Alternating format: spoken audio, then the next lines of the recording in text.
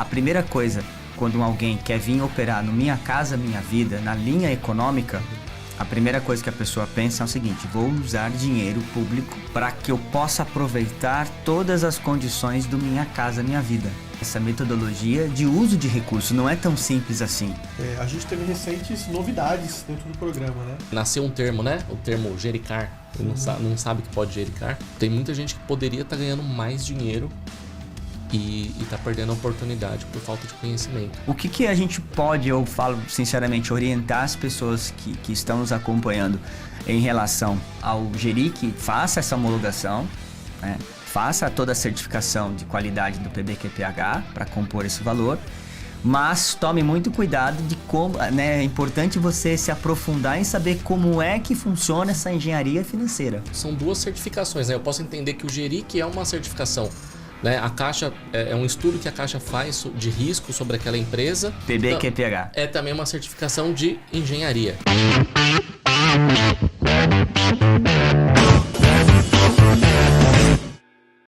Fala pessoal, tudo bem por aí? Estamos aqui começando uma reta final dos últimos 4 episódios da nossa trilha da incorporação aqui no nosso canal Imobverse, onde tudo nós falamos sobre o mercado imobiliário. E a Imobverse a gente tem por objetivo literalmente ajudar a transformar vidas do mercado imobiliário, e é um prazer novamente ter vocês juntamente aqui conosco. Muito obrigado pela sua audiência de sempre. E esses últimos 4 episódios são temas super interessantes, importantes e de total relevância para o êxito, para você que opera, para você que empreende, para você seja incorporadora, construtora ou profissional do mercado imobiliário. Obrigado pela sua audiência. Continue seguindo a gente nos nossos canais, comentando, dando sugestões, fazendo suas críticas, que é isso que faz com que esse canal aqui exista e subsista, para que a gente possa cada vez produzir conteúdos para vocês, tá bom? Bom, como sempre aqui, contribuindo à mesa conosco, Rodrigo Sartori, Alain Marcel, obrigado aí. Tudo bem com vocês? Ei, coisa boa, hein? Tudo bem, Magno? Tudo bom? Tudo bom, Alan? Bom, mais um dia, né? Mais um programa. E como o Magno bem disse aí, reta final dos últimos 4 episódios aí, com muito conteúdo para vocês. Quem tá perdendo, pessoal, você que tá assistindo hoje aí, manda para aquele amigo do mercado imobiliário. Sabe aquela pessoa que tá precisando daquele empurrãozinho, daquele detalhe no mercado imobiliário? Então manda para essa pessoa, encaminha aí, porque os últimos 4 episódios aí, e tem novidade chegando aí. Depois a gente vai falar dessas novidades que estão chegando aí, não é isso, Alan? É isso aí, mais uma vez uma honra estar aqui.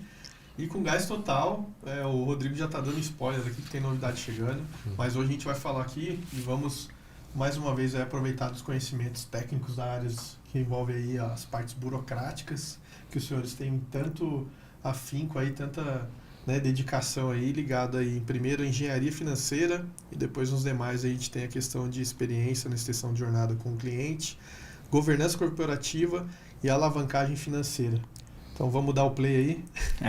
Vamos em frente.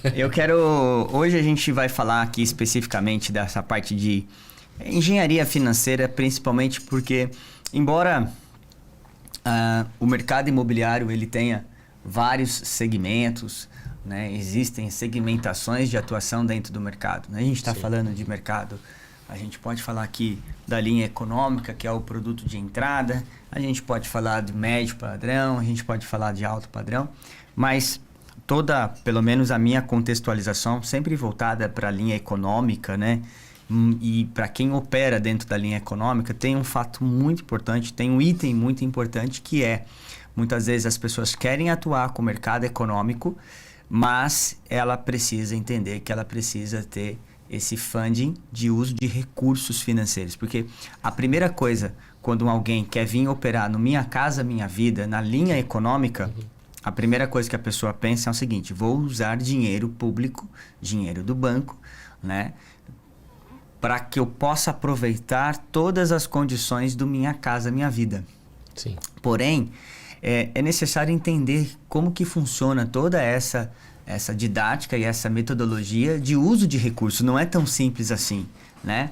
E 2 coisas são fundamentais obrigatórios, né? Para quem não sabe, se você quiser usar dinheiro público, que é dinheiro do governo, por meio da linha de apoio à produção, que é através do programa Minha Casa Minha Vida, na Caixa Econômica Federal. Existem também operações com o Banco do Brasil para uso do Minha Casa Minha Vida, mas a Caixa Econômica Federal hoje é a que detém o maior conhecimento de causa, né, desse projeto, né? Acho que é o maior founding, né, que a gente tem hoje. Não, né?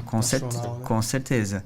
E o que acontece? Como que a pessoa faz para poder acessar isso? O que é necessário para que uma empresa possa usar esse recurso, apresentar ao banco e o banco, então, liberar recursos para que possa executar? Sistematicamente, são duas frentes, né?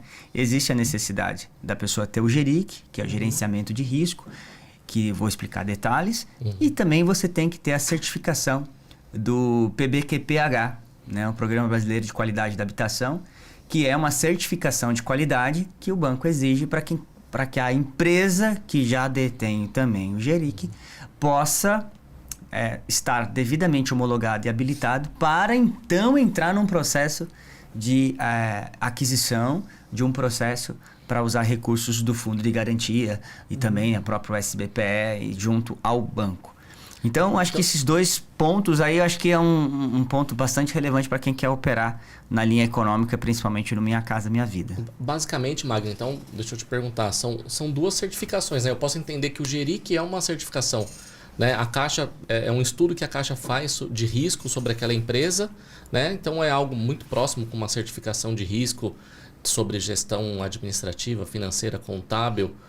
E o PBQP H. Legal. PBQPH. Então, é também uma certificação de engenharia. Vamos lá. Não, é assim, são... O que acontece? Primeiro, vamos falar do GERIC. Legal. Que eu acho que é o...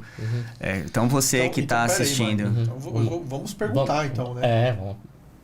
Wagner, então explica pra gente aqui, pros nossos amigos ouvintes, para nós aqui que atuamos em cenários distintos dentro dessa jornada da incorporação, o que é o GERIC, de maneira prática, aí para que todo mundo consiga ter um entendimento claro sobre essa certificação. O GERIC, para a gente contextualizar isso para uma pessoa física, para que fica mais fácil didaticamente para quem está assistindo, para quem já conhece, de cor e salteado, eu vou chover no molhado. Para quem não conhece, acho que a melhor forma de contextualizar é o seguinte: o GERIC nada mais é do que um cadastro. Ou seja, você certifica a tua empresa num banco, tá? Em que próprio gerenciamento de risco, que é a significado do GERIC. E o que se analisa e como que você cadastra uma empresa no GERIC? O GERIC nada mais é do que você apresentar a tua empresa, tá? Para certificar a tua empresa do ponto de vista passado, presente, futuro. Então, o que você faz? Você chega no banco e fala: eu quero cadastrar a minha empresa, eu quero homologar a minha empresa para que ela possa estar apta a receber recursos, a utilizar recursos, não é nem receber, é utilizar recursos de programas habitacionais, no caso que existem, e obviamente, Minha Casa Minha Vida, né, é o principal. E o que eu preciso? Então a Caixa fala assim: você tem GERIC? Não, então você tem que obter o GERIC. Então você apresenta toda a sua documentação, um balanço financeiro dos últimos 3 anos para que o banco possa entender quem é você. O GERIC, substancialmente, analisa-se 3 fatores, então. O passado é por meio do balanço. Quem é a tua empresa? Quem são vocês? O que vocês constituíram financeiramente nos últimos 3 anos? A saúde financeira da empresa, tá? Então, ela pede o teu balanço, analisa todas as suas disponibilidades e o teu presente. Então, quem é você hoje, né? Se você está comprometido, se você não está, se você tem porte ou não porte. E o futuro é para onde você está indo para saber, mas quem é você do passado, quem é você hoje e para onde você vai? Eu tenho a projeção nos próximos 2, 3 anos de fazer X número de empreendimentos, executar tantos milhões em obra, lançar tantos milhões em VGV. Então o banco olha e fala assim: poxa, essa empresa aqui, ela tem um potencial de mercado. Então ela vai qualificar no gerenciamento de risco um rate e um score. Um rate vai classificar para você lá uma nota, né? E assim como o seu score. potencializando qual é a sua capacidade financeira de obtenção, né, e de execução técnica. Porque então, depois de analisar dessas documentações, o banco vai literalmente dizer para você o seguinte: ao final dessa análise, o banco vai dizer, olha, você tem aqui uma capacidade de fazer, por exemplo, 100 milhões de reais em obras. O que é isso? Existe uma nomenclatura, uma sigla LGCE, Limite Global de Custo do Empreendimento. Então, vou dar um exemplo que você vai fazer 4 empreendimentos em 2024 e cada um desses 4 projetos tem o custo de 25 milhões. O limite global do custo do empreendimento é exatamente isso. Então, você vai olhar para a sua análise feita pelo banco e vai dizer, eu tenho limite no banco para poder executar esses 4 projetos. Isso é do ponto de vista de custo. Por outro lado, também tem esse rate comercial, que essa aqui é uma composição que a gente já falou aqui lá atrás sobre como fazer para fechar a demanda mínima, as garantias do banco, que daí já é uma estruturação comercial. A gente está falando aqui apenas da homologação da empresa para que ela possa utilizar recursos, né, do programa. Então, o GERIC nada mais é do que isso. Então, a empresa vai lá, habilita você, tem validade de 1 ano, e aí é renovado a cada 1 ano. Você pode até solicitar uma renovação antecipada, caso tenha substanciais modificações na sua estrutura. Digamos que você foi lá e precisa renovar o seu GERIC antes, o banco até aceita depois de 6 meses fazer isso, mas não é muito usual e comum. Então, o GERIC nada mais é do que isso. É você cadastrar a empresa. Leva mais ou menos para tirar o GERIC? É rápido. Rápido? O GERIC, faz essa avaliação aí em quanto tempo, mais ou menos? O GERIC, no máximo em 30 dias, aí, em média, você consegue homologar a tua empresa.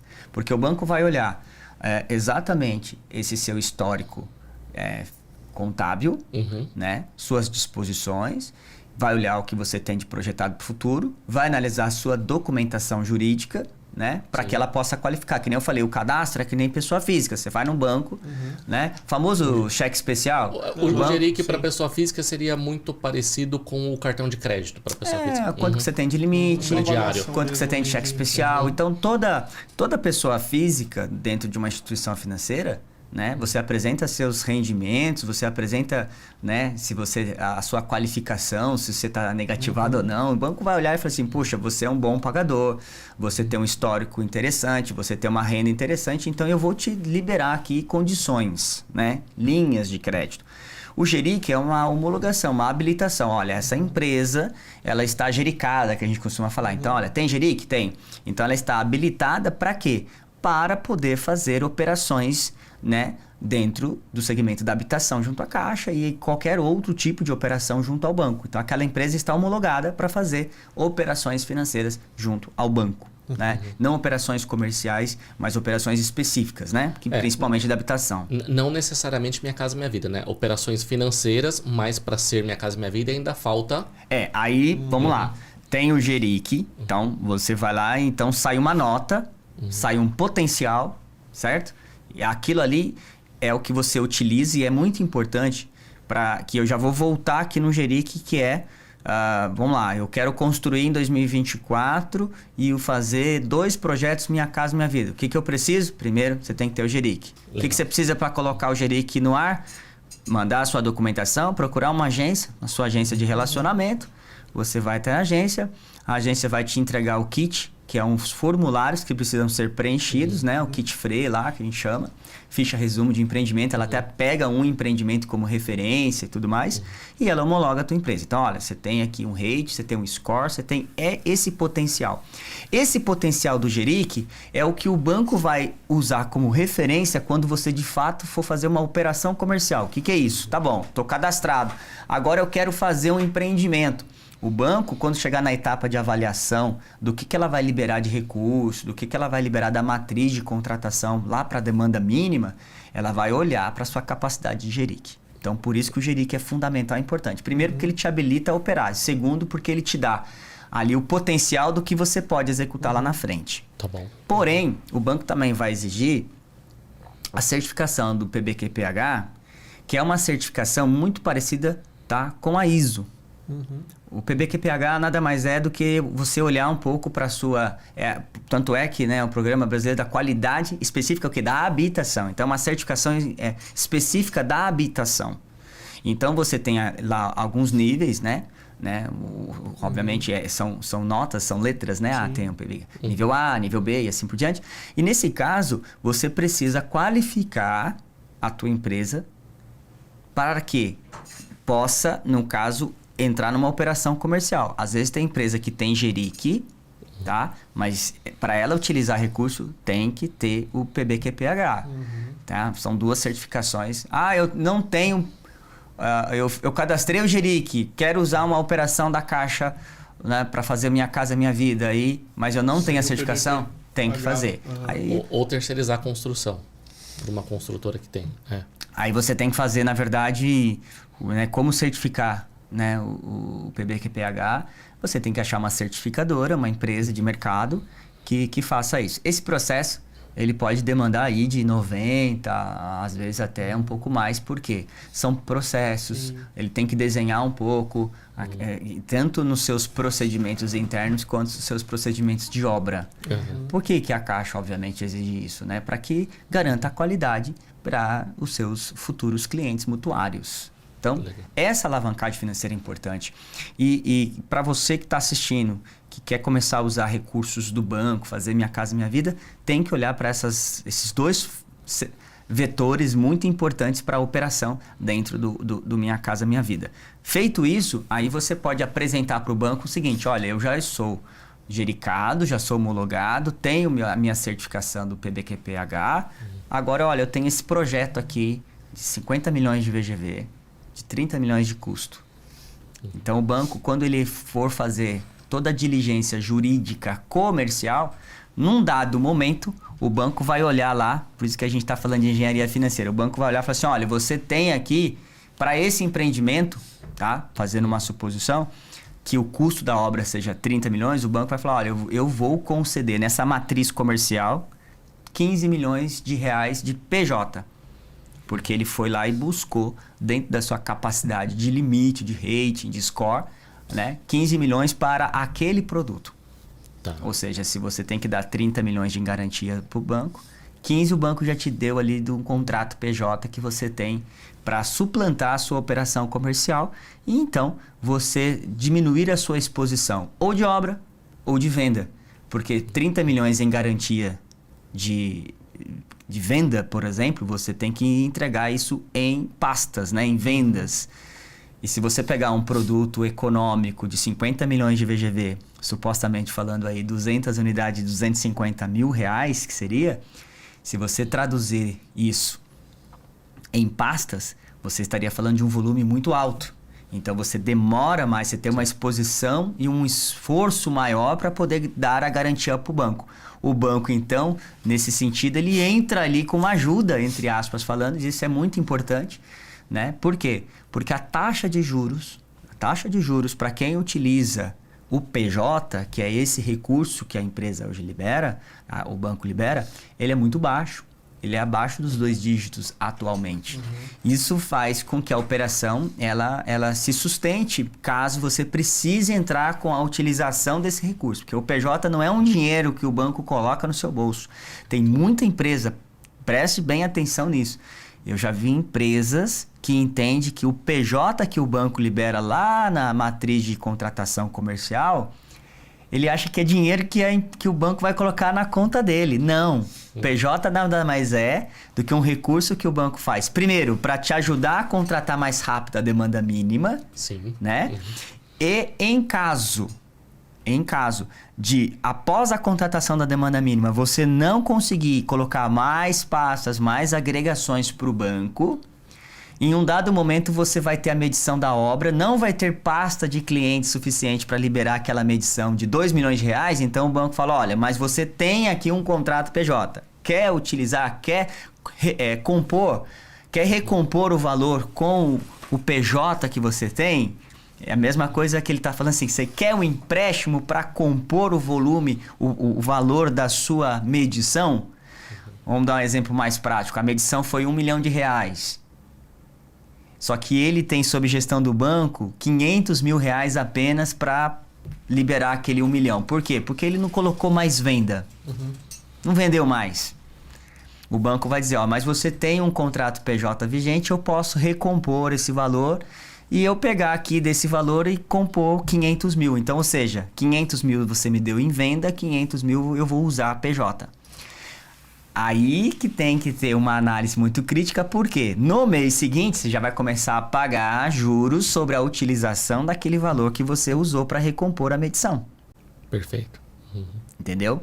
Então, esse detalhe da composição de que é o GERIC e o PBQPH é para chegar nesse contexto futuro aqui, que é de utilização na prática, né, do GERIC. Então, o que a gente pode, eu falo sinceramente, orientar as pessoas que estão nos acompanhando em relação ao GERIC, né, é que você faça essa homologação, né, faça toda a certificação de qualidade do PBQPH para compor esse valor, mas tome muito cuidado de como, né, é importante você se aprofundar em saber como é que funciona essa engenharia financeira. Isso porque eu nem entrei no mérito sobre os desdobramentos, né, de como que isso se dá no dia a dia de uma operação. Que a gente pode tratar isso aqui, pano para manga aí para vários programas. Aí né? tem conversa. Tem conversa porque o que as empresas, elas não sabem às vezes operar financeiramente com o banco. Quer ver um exemplo? Tá, tirei o GERIC, certifiquei e já coloquei o processo para rodar. Fiz uma contratação lá de um determinado empreendimento. Comecei a usar PJ. Quando você começa a usar o PJ, quando você agrega uma pasta lá depois, você não vai ver a cor do dinheiro. Porque tudo que entrar vai ser para justamente começar a pagar o seu saldo devedor. Você entendeu? Embora o juros seja pequeno, se você não projetou pagar esses juros na sua viabilidade, vai começar a prejudicar o seu resultado. Exatamente. Então, são desdobramentos muito importantes que, assim, o conselho que eu deixo para você que está assistindo é que se aprofunde com pessoas que conhecem essa metodologia, essa engenharia financeira, que não é simples, tá? Não é simples. Tem muito, que nem eu disse, tem pessoas que acham que o dinheiro vai entrar na conta, tem pessoas que acham que vai contratar um empreendimento, ela não sabe quais são os custos financeiros que ela precisa ter para usar o dinheiro.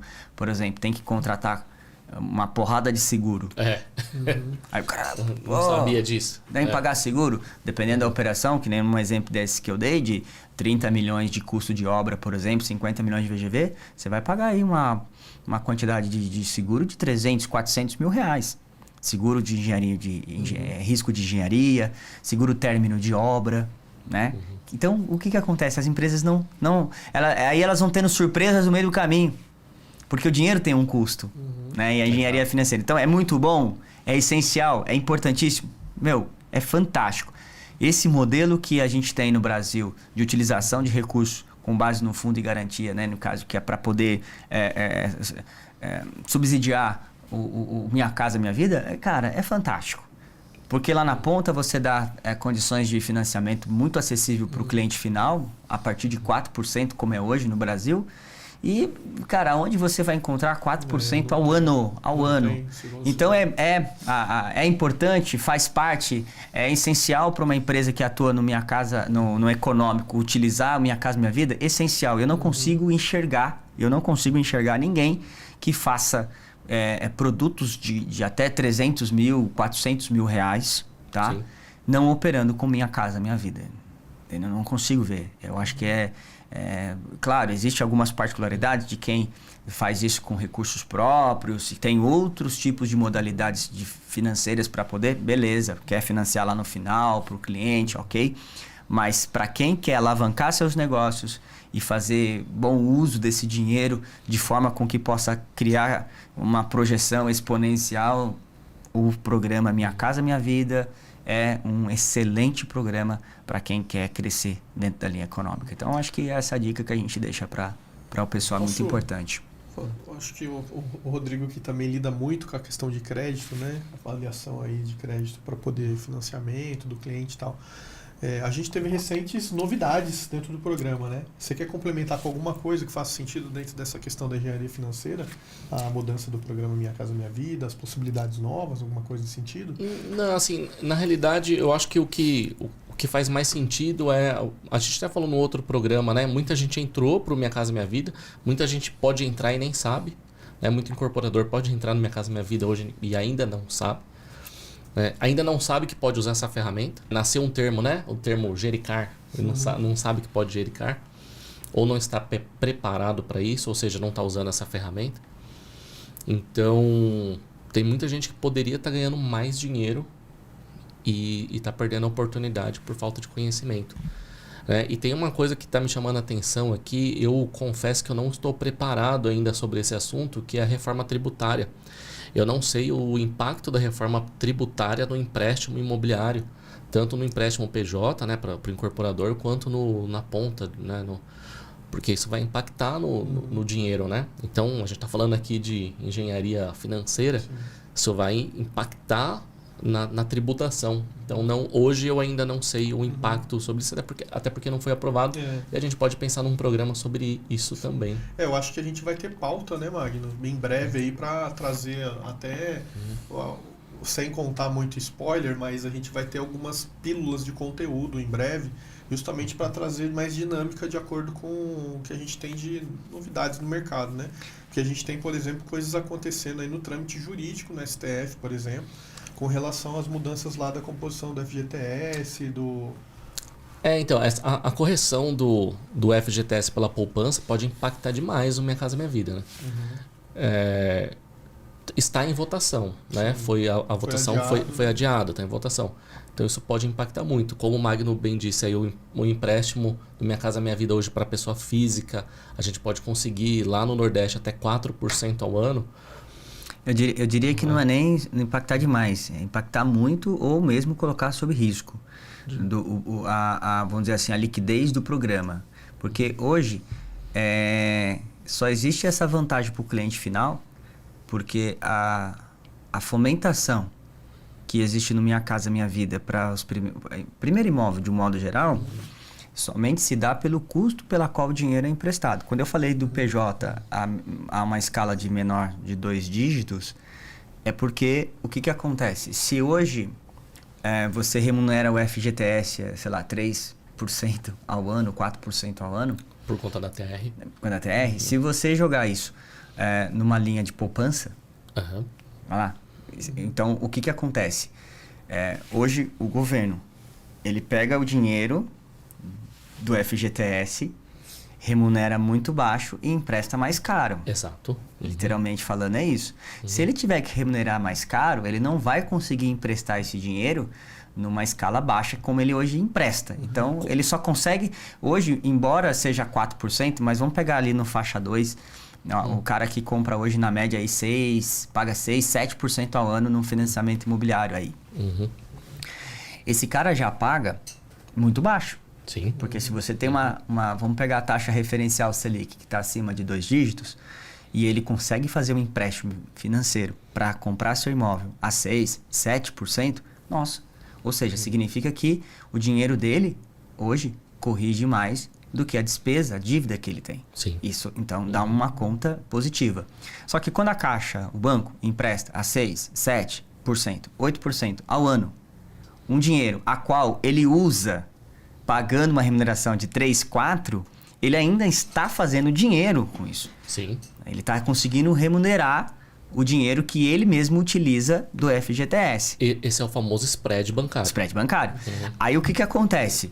Agora, a partir do momento que ele tem que pagar uma remuneração, uma atualização em cima do FGTS, né? Sim. Maior do que ele paga hoje, consequentemente ele vai ter que transpor esse custo para a ponta. E aí o crédito ele não vai conseguir. Como é que ele vai emprestar 6 conta, né? Se ele tem que remunerar 8, 9? Assim, o mínimo, né?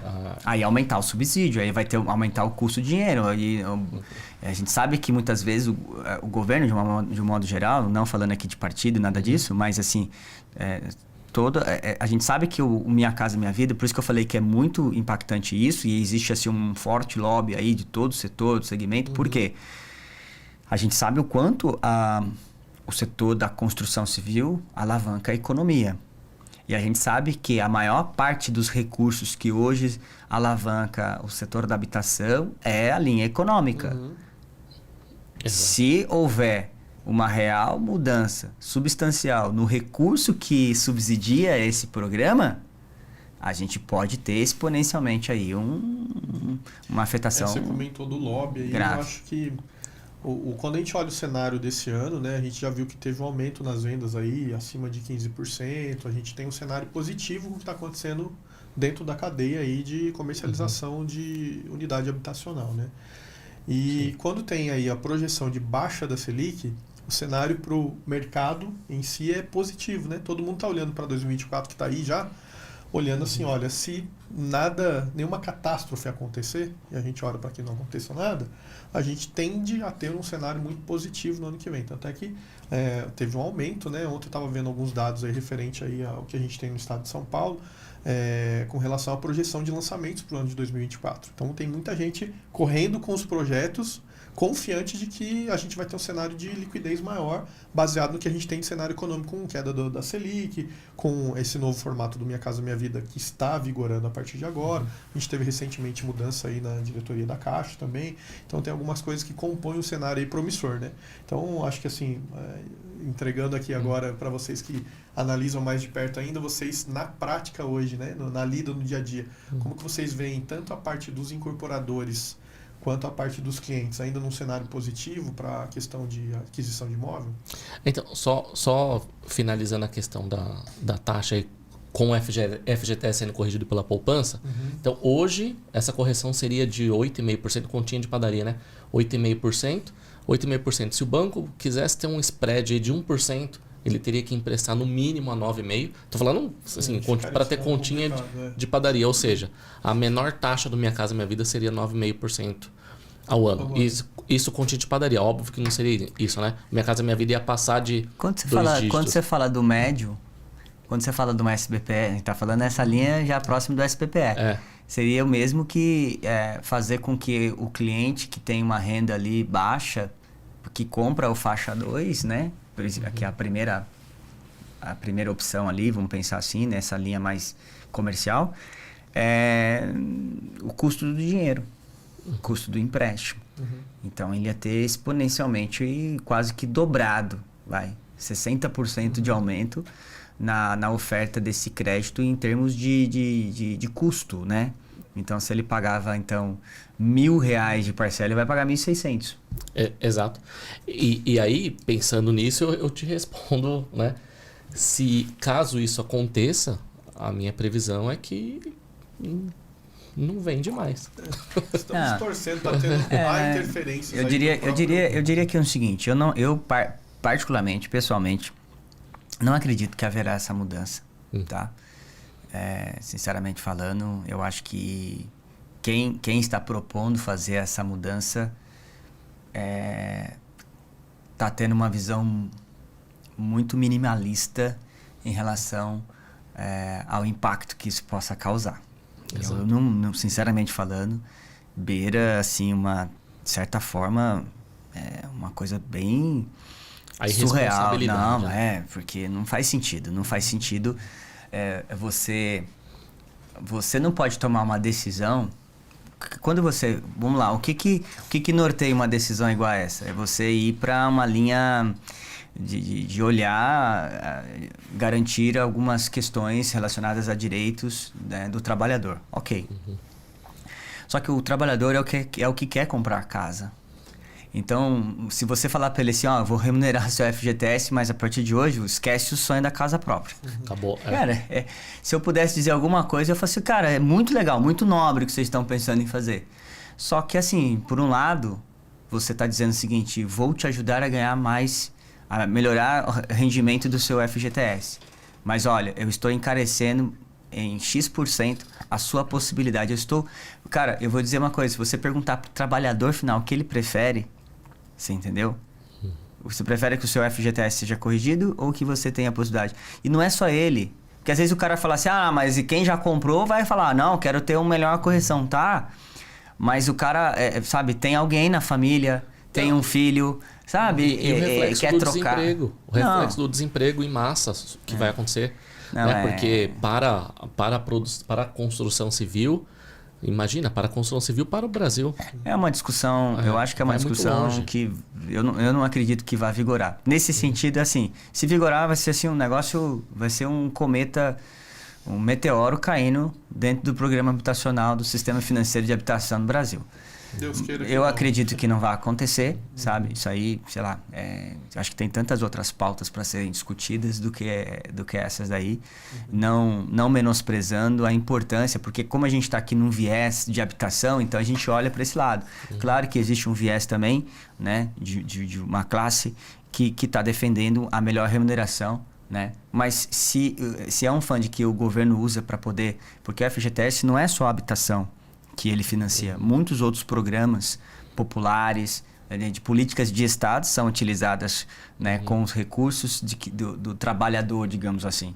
Então, vamos dizer assim, se não houvesse, tá, uma justificativa nobre que é investimentos em infraestrutura, saneamento e outras coisas mais oriundas do FGTS, eu diria que, é até sacanagem não corrigir. Mas como existe muitas políticas públicas que são motivadas e impulsionadas pelo FGTS, você vai... Enfim, não à toa, né, o Ministério da Economia está muito preocupado com isso, né? Intervindo muito lá. Mas eu acho que é isso. Pessoal, assim, hoje aqui a ideia é a gente trazer um pouco da importância que é você trabalhar com esse fundo do recurso do FGTS, que na verdade para que cheguemos a essa situação, esse cenário, é importante estar cadastrado, homologado, né, gericado lá na Caixa, né, ter a certificação. E a dica que eu posso dar afinal aqui para quem está nos assistindo é que assim, não é simples trabalhar com essa nomenclatura, essa envergadura que é utilizar o recurso público, porque a forma como é feito o desembolso, a forma como todas as atenuantes que existem para que possa no dia a dia gerenciar esse processo. Então, busque informações sobre como é o dia a dia. Tem muitas questões minuciosas em relação à utilização do recurso por meio do FGTS, obviamente quem tem o Geric na Caixa, certo? Bom, acho que esse programa era bem cirúrgico, mostrar para as pessoas em relação a isso. Então, se você quer saber mais, continue acompanhando a gente aí aqui no nosso canal e em todas as plataformas disponíveis, para que você possa extrair essas dúvidas, para que você possa, de fato, usar, mas usar com bastante responsabilidade, consciência e conhecimento toda essa engenharia financeira. Certo, senhores? Perfeito. Maravilha. Obrigado por hoje, esse bate-papo aí. Mais um programa de aprendizado técnico aqui que eu acho que vai complementar e somar muito. E eu até convidar aqui você, como é que você entende a engenharia financeira aí, né? Se você tem alguma dúvida, alguma coisa, comente, compartilhe com a gente. Certo, obrigado, Sartori. Muito obrigado, senhores, muito obrigado, aprendi demais hoje aí. E fica um desafio aí para você que está assistindo, gravar um vídeo aí falando que você aprendeu muito sobre o Geric e o PBQH. Se você falar isso 3 vezes rapidinho, você vai ganhar um prêmio meu. Até, né? Faltou ainda. Vamos lá, eu vou fazer com você. Vamos fazer PB, Programa Brasileiro. Qualidade de habitação. QP, H. Aí pronto, tem que falar 3 vezes. Só que é certo. É isso aí, pessoal. Não é simples. Nem a nomenclatura. Eu acho que quem criou isso aí, até hoje deve ser... acho que é o pior que juiz de futebol. Você entendeu? Árbitro de futebol, porque não é fácil. Ninguém... É um trava-língua mesmo. É um trava-língua. Pessoal, obrigado mais uma vez pela sua sempre importante e ilustre audiência. E eu espero encontrá-los aí nos próximos programas. Até lá.